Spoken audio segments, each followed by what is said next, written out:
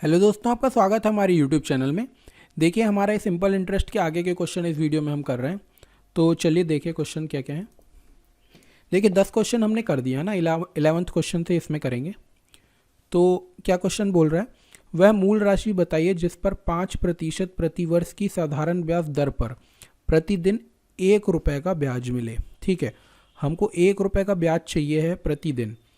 ठीक है, अगर 1 रुपये का ब्याज एक दिन में 1 रुपये का चाहिए है, 1 रुपये का ब्याज हमको चाहिए कितने दिन में? 1 डे में। तो हमारे अगर पूरे साल का ब्याज निकालेंगे तो साल में कितने दिन होते हैं? 365 दिन होते हैं। 365 दिन होते हैं तो हमको कितने रुपए मिल जाएंगे? 365 रुपये चाहिए हमको ब्याज में। ठीक है, 365 रुपये हमको ब्याज में चाहिए। तो हम क्या बोलते हैं कि एसआई हमारी जो आएगी वो कितनी आनी चाहिए? 365 रुपये। ठीक है, प्रिंसिपल हमको निकालना है। ठीक है, टाइम कितना है? 1 वर्ष का टाइम रहेगा, 1 साल में हमको ब्याज चाहिए इतनी। ठीक है, और रेट ऑफ इंटरेस्ट क्या दिया हुआ ऊपर दिया? 5% का रेट ऑफ इंटरेस्ट दिया है कि 5% प्रति वर्ष की ब्याज से चाहिए। तो बस PRT/100 का फॉर्मूला लगा देते हैं। तो SI बराबर कितना होता है? SI बराबर होता है PRT/100। और SI की जगह में हमको कितना रखना है? 365 रुपये रखना है। बराबर हमको P की वैल्यू निकालना है। R कितना है? 5 है, टाइम 1 है, बटे में कितना है? 100 है। बस इसको कर दो, 5 से इसको काटते हैं अपन तो 5 7 होता है 35 और 5 3 15। तो प्रिंसिपल बराबर यहाँ से अगर P की वैल्यू निकालेंगे तो 100 का इससे गुणा हो जाएगा। तो कितना आ जाएगा? 7300 रुपये। यही हमारा आंसर है। सेकेंड वाला ऑप्शन हमारा सही हो जाएगा। ठीक है,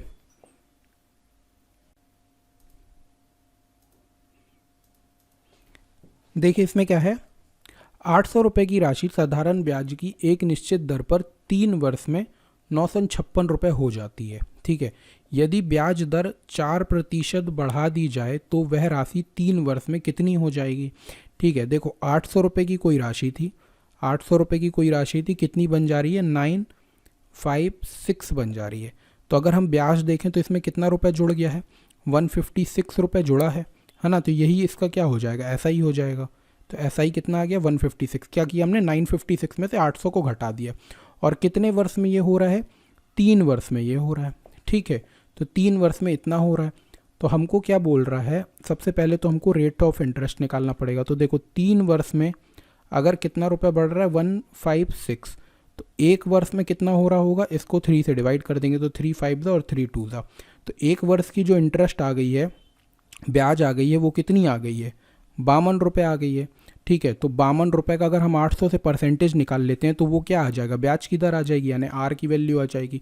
तो R की वैल्यू कैसे निकालते हैं अपन? 52, जो 1 साल में पैसा बढ़ रहा है उसके बटे में क्या कर दिया अपन ने? 800 को कर दिया और गुणा कर देंगे किससे? 100 का। तो ये आ जाएगा हमारा क्या? R आ जाएगा। ठीक है, तो इसको काट दो। तो अपन किससे काट दें? पहले 4 से काटते हैं। पहले 4 2 8 हो जाएगा, 4 1 4 4 3 और 13 को इसको काट दिया तो कितना आ जाएगा? 6.5। तो रेट ऑफ इंटरेस्ट कितनी आ गई है? 6.5%। ठीक है, 6.5% आ गई है रेट ऑफ इंटरेस्ट। अब क्या बोल रहा है कि 4% बढ़ा दी जाए। तो पहले इतनी थी, इसमें अगर अपन ने 4 जोड़ दी तो कितनी हो जाएगी? ये 10.5% हो जाएगी, रेट ऑफ इंटरेस्ट हो जाएगी। ठीक है, और 3 वर्ष में हमको ब्याज बताना है, मतलब 3 वर्ष में अमाउंट कितना हो जाएगा, मिश्रधन कितना हो जाएगा। तो सबसे पहले तो अपन 3 वर्ष की ब्याज निकाल लेते हैं। तो यहाँ से हमको ये दिख रहा है कि 1 वर्ष में जो ब्याज मिल रही है कितनी मिल रही है? 10.5%। अगर हम 3 वर्ष में निकालते हैं तो 3 वर्ष में कितनी हो जाएगी? इसमें 3 का गुणा कर देंगे, है ना। तो 3 का अगर इसमें गुणा किया तो कितना आ जाएगा? यहाँ से आ गया 15 और 3, तो 31.5% की क्या आएगी? रेट ऑफ इंटरेस्ट आएगी। और यही चीज़ हम इसका इतना परसेंट निकाल देते हैं तो हमारा क्या आ जाएगा? हमको ब्याज पता चल जाएगी। तो 800 का हमने कितना परसेंट निकाल दिया? 31.5% लगाया, तो परसेंट के बटे में आ जाएगा कितना? 100। तो 2 0 से 2 0 कट गया। 8 से इसको गुणा किए तो 8 पंचे कितना होता है? 40। यहाँ आया 4, 8 1 8 और 4 12, तो यहाँ पर आया 2 24 और 1 25। ठीक है, एक डिजिट के बाद पॉइंट है। तो ब्याज जो निकलेगी वो निकली अपनी 252 रुपये। SI 252 रुपये निकली है। हमसे क्या पूछा है कि राशि कितनी हो जाएगी? तो इसमें क्या होगा, हमको हमारा जो मूलधन है उसको इसमें जोड़ना पड़ेगा। तो मूलधन को इसमें जोड़ दो तो क्या आ जाएगा? हमारा आंसर आ जाएगा। तो 1052 रुपये। अगर ये पैसा कितना था? 4% की ब्याज दर से बढ़ा दिया जाए तो कितना रुपये हो जाएगा, 800 रुपये हमारा कितना बन जाएगा, 1052 रुपये बन जाएगा। ये हमारा कौन से ऑप्शन में, तीसरे वाले ऑप्शन में। ठीक है, तीसरा ऑप्शन हमारा करेक्ट हो जाएगा। ठीक है, चलिए अगला क्वेश्चन देखते हैं। 36,000 रुपये मूलधन पर 9.5% वार्षिक की दर से 5 जनवरी से 31 मई 2013 तक का साधारण ब्याज क्या होगा। ठीक है, अब देखो इसमें क्या क्या दिया, हम ये लिख लेते हैं पहले कि हमारे पास मूलधन दिया हुआ है कितना है, 36,000 रुपये का मूलधन दिया हुआ है। ब्याज की जो दर दी हुई है वो कितनी दी है, 9.5% की ब्याज की दर दी हुई है।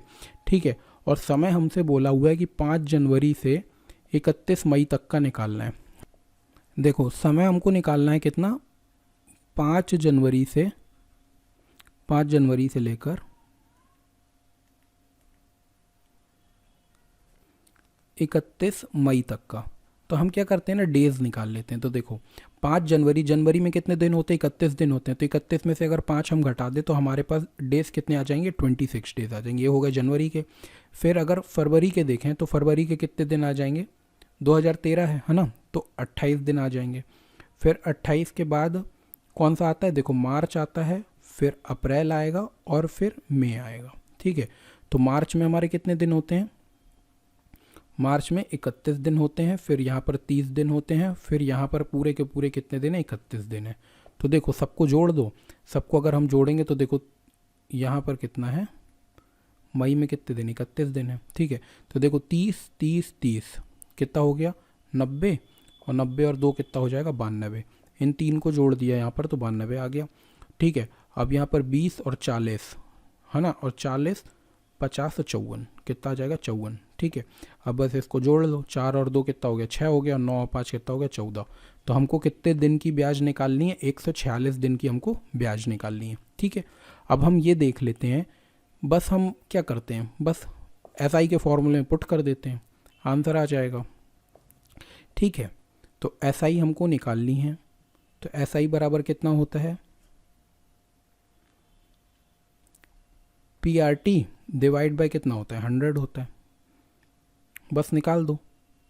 अब ये पूरे अगर मान लो इसको हम 365 दिन से डिवाइड कर दें, अगर 365 दिन से अगर हम इसको डिवाइड कर दें तो ये किस में कन्वर्ट हो जाएगा, अब ये डेज दिया हुआ है तो ईयर में कन्वर्ट हो जाएगा, है ना। तो इसको हमको अगर ईयर में लिखना होगा तो हम कैसे लिख सकते हैं, 146 डिवाइड बाय 365। ठीक है, तो ये पूरा का पूरा ईयर में हो गया। तो बस यहाँ से निकाल दो, इसको सॉल्व कर दो। तो 3600, ये 36,000 रुपये हमारा क्या हो गया, रेट परसेंटेज हो जाएगा 9.5। समय की जगह में रख देंगे हम 146, डिवाइड में आ जाएगा कितना, 365, और अपॉन में आ जाएगा कितना, 100 और आ जाएगा। तो बस इसको सॉल्व करना है हमको, और इसको सॉल्व करके क्या निकालना है, आंसर निकालना है। ठीक है, तो देखो अगर हम क्या करें, इसको कितनी बार में ये चला जाएगा, इसको हमको काटना है ना। यहाँ से भी अगर मान लो अपन इसका भी ये पॉइंट अलग करते हैं तो बटे में आ जाएगा 10, तो ये 0 से तो और ये 0 चला गया। ठीक है, अब अपन काटते हैं किसको, इसको 5 से काटते हैं। तो देखो 5 1 जा और 9 जा, 5 से इसको काटा तो 7 जा और 3 जा, 73 आ गया। और 73 2 जा अगर अपन कर देंगे तो कितना आ जाएगा, 1446 आ जाएगा, 1446 आ जाएगा, 146। तो 73 1 जा, 73 कितनी बार में चला गया, ये 2 बार में चला गया। तो देखो नीचे की सारी चीज़ कट गई है, बस हमको क्या करना है, इनको सबको मल्टीप्लाई करना है। तो ये देखो ये तो 38 हो गया और ये 36 हो गया। तो यहाँ से अपन क्या बोलेंगे, 36 × 38, ये हमारा आंसर होगा। तो इसको मल्टीप्लाई करके देख लेते हैं, हमको 36 से किसका मल्टीप्लाई करना है, 38 का मल्टीप्लाई करना है। तो 8 6 कितना होता है, 48। तो यहाँ पर आ गया 4। ठीक है, ये हो गया 24 और 18, 24 और 18। ठीक है, तो 12 12 और 4 कितना हो गया, 12 और 4 16, यहाँ पर आ गया 4, तो ये आया 6, कैरी गई कितनी 4, 9 और 4 कितना होता है, 9 और 4 होता है 13। तो कितना आंसर आ गया हमारा, 1368, 1368, जिसमें भी होगा फोर्थ वाला ऑप्शन हमारा सही हो जाएगा। ये हो गया 1368। ठीक है, चलिए अगला क्वेश्चन देखते हैं।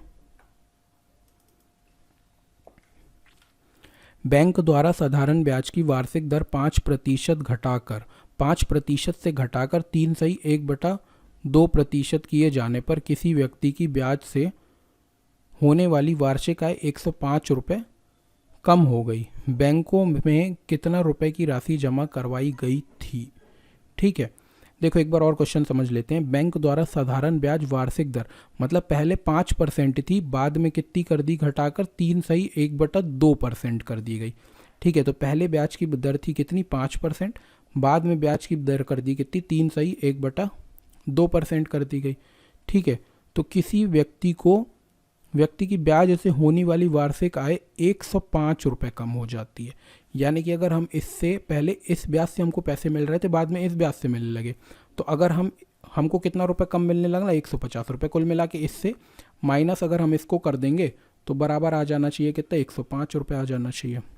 ठीक है, तो बैंक में कितने रुपए की राशि जमा करवाई गई होगी। मान लो P रुपये अगर जमा करवाया था, वो भी कितने परसेंट की दर से 5% की वार्षिक दर से 1 साल के लिए, तो PRT/100 हो गया। माइनस अगली बार हमने यही P रुपये कितने रुपए 3/1/2, तो कितना हो जाए 6 और 1 7/2 लिख सकते हैं इसको, 7/2 और वो भी 1 साल के लिए। ठीक है, तो बटे में कितना आ गया और 100 आ गया। तो यहाँ से इन दोनों को माइनस करने में हमको कितना रुपये कम मिलने लगा 105 रुपये कम मिलने लगा। अब बस इसको सॉल्व करते हैं अपन।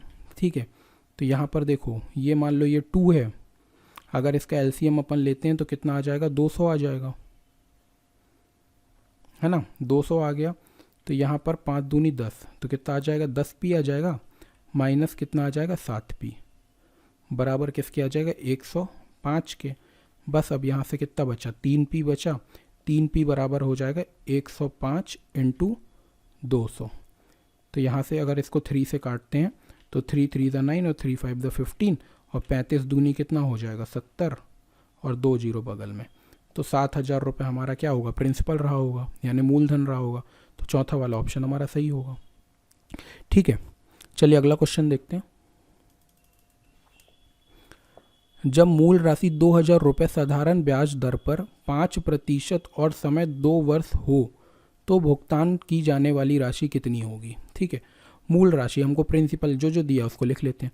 तो प्रिंसिपल हमको दिया है कितना 2,000 रुपये। ठीक है, साधारण ब्याज की दर है, रेट ऑफ इंटरेस्ट कितनी दी है 5% की दी है।